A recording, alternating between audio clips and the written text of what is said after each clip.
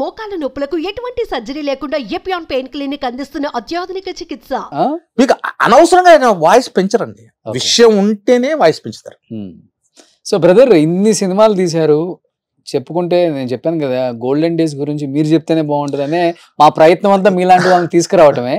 But అన్ని సినిమాలు చేసిన ప్రకాష్ గారు ఆఫర్లు లేక ఒక్కసారిగా ఏదో ఒక చిన్న కాఫీ షాప్ పెట్టుకున్నారు, ఆయనే ఊడుస్తున్నారు, ఆయనే స్కూటర్లలో తిరుగుతున్నాడు, నడుచుకుంటూ తిరుగుతున్నాడు అని అనుకునే వాళ్ళకి 1200 మంది కస్టమర్ అని అనుకునే వాళ్ళకి ఒక ఆన్సర్ చూసే వాళ్ళకి అనిపిస్తుంది. మీరేంటో తెలిసిన వాళ్ళకి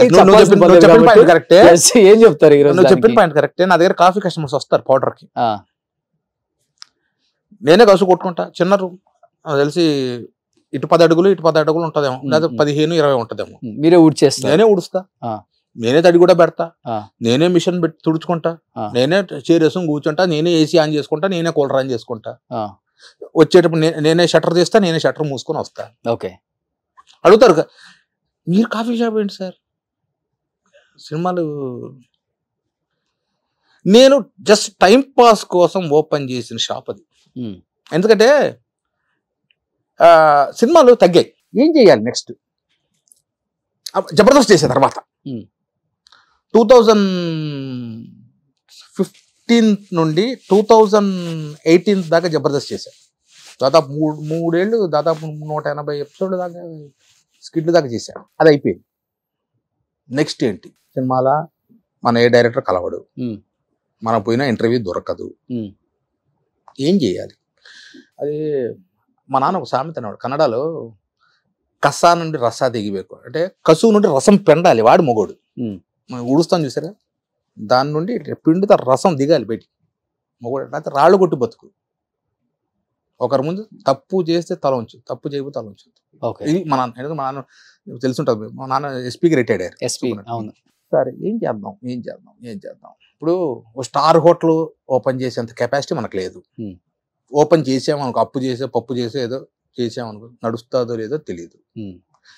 ఈ గుప్పెట్లో ఎంత పడితే అంత పట్టుకోవాలి, ఎక్కువ పట్టుకుంటే జారిపోతుంది.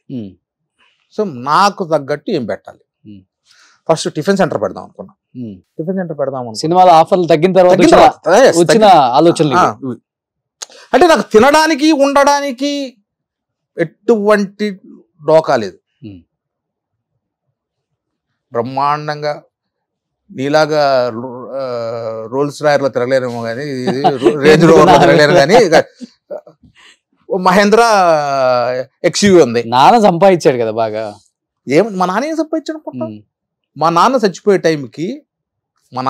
టైంకి ఎస్బీఐలో ఎస్పీగా మా నాన్న ఒకటే అనేవాడు, సర్వీస్ బుక్ లో రెడ్ ఇలా ఫుల్ స్టాప్ కూడా ఉండకూడదు అని పాలసీ అయింది. ఇట్లా రెడ్ మార్క్ ఉండకూడదు. మా నాన్న చచ్చిపోయే వరకు ఆయన సర్వీస్ బుక్ లో ఇట్లా రెడ్ చొక్కలేదు. మా నాన్న చచ్చిపోయేటకి ఆయన బ్యాంక్ బ్యాలెన్స్ 7 లక్షల రూపాయలు ఎస్బీఐలో. గుంటకల్లో 83లో 82లోనో ఎంఐజీ క్వార్టర్స్, ఎల్ఐజీ క్వార్టర్స్ అని మీకు ఐడియా? దాంట్లో ఎంఐజీలో ఒక ఇల్లు. మరి ఆనందపురంలో 400 ఎకరాలు ఉంటుంది మీకు అంటారు? ఎవరంటారు? 400 ఎకరాలు బ్రహ్మాండం దూనుకుంటా. 440 అది 150 ఎకరాలు ఉండేది. 150 ఎకరాలు మా తాతకు. ఆయనకు 3 మగపిల్లలు. పంచిది ఎంత వస్తుంది? ఒక్కొక్కరు 50 ఎకరాలు. నాకిద్దరు, మా నాన్నకి 2. ఎంత వస్తుంది? 50, 25. ఈ 25 ఎకరాలు మా నాన్న ఉన్నప్పుడు అమ్మేసాడు. మా నాన్న పోలీస్ డిపార్ట్మెంట్, పోయి చూసుకోవడానికి లేదు. అంటే మా తాత బతికినప్పుడు చూసుకునేవాడు. మా తాత చూసుకునేవాడు. 150 ఎకరాలు నా తాత చూసుకునేవాడు. అంటే డివైడ్ చేశారు. బట్ ఏంటంటే ఆయన చూసుకునేవాడు. ఆయన షేరు మర్చిపోయారు. దీన్ని 4 షేర్లు చేశారు. ఒకటి మా తాత భాగం, ఆయన ముసలోడు, ఆయనకు 75. నాన్నమ్మ నేను పుట్టకముందే పోయారు ఆవిడ. ఒక వంట వాళ్ళని పెట్టుకుని పొలంలో చూసుకునే ఆయన షేరు, మా నాన్న షేరు చూసుకునేవాడు. అంటే నాకు తెలిసి 150లో 4 భాగాలు ఇవి చూసుకునేవాడు. ఆయన పోయాక ఒక చిన్నాన్న పిల్లలు మాత్రం వాళ్ళు ఇప్పటికీ పొలాలు చూసుకుంటున్నారు. ఇది మన నాన్న ఇప్పుడు కౌలుకి ఇస్తాం. ఐడియా ఉంది? కౌలు గుత్తలు అంటారు మా సైడ్, రాయలసీమ సైడ్. పోయినప్పుడు స్వామి అంతా మేము బ్రాహ్మణులు ఒకటి, స్వామి పండలేదు స్వామి, ఈసారి పురుగు కొట్టేసిన స్వామి, అది స్వామి, ఇది స్వామి, 10,000 ఇచ్చే చోట 3,000 వాడు ఒకసారి ఐపీ ఎత్తారు. మా నాన్న ఏంద్ర ఈ పెంట మొత్తం ఏం చేశాడు, మా చిన్నానికి అమ్మేశాడు. మా చిన్నాన్న పిల్లలే కొనేసుకున్నారు. ఆ డబ్బుతో అనంతపురంలో ఒక ఇల్లు కొన్నాడు. అది ఇప్పుడు ప్రజెంట్ మా అన్న ఉన్నాడు డాక్టర్. అన్న నా కష్టాలు సుఖాలు మా అన్నతో పంచుకుంటాను, ఎవరు నాకు ఇబ్బంది చూడు అన్నీ ఆయనతో పంచుకుంటారు. సో ఆ ఇంట్లో అనే ఉంటాడు. మేము ఇప్పుడు డివైడ్ అవ్వలేదు ఆ ఇల్లు. ఇప్పుడు ఆ ఇల్లు ఒక 2.5 కోటి ఉంటుంది. అనంతపూర్ సెంటర్లో ఉంటుంది ఇల్లు. అంటే మా నాన్న 1,80,000 తాటితీలది ఇల్లు. అది ఎప్పుడు ఒక 80-90 ఏళ్ళ కింద ఇల్లు అది. ఓకే. దాన్ని కొని దాన్ని రీమోడల్ చేశాడు. తర్వాత మా అన్న దాన్ని రీమోడల్ చేశాడు. సో దాంట్లో అన్న ఉంటాడు.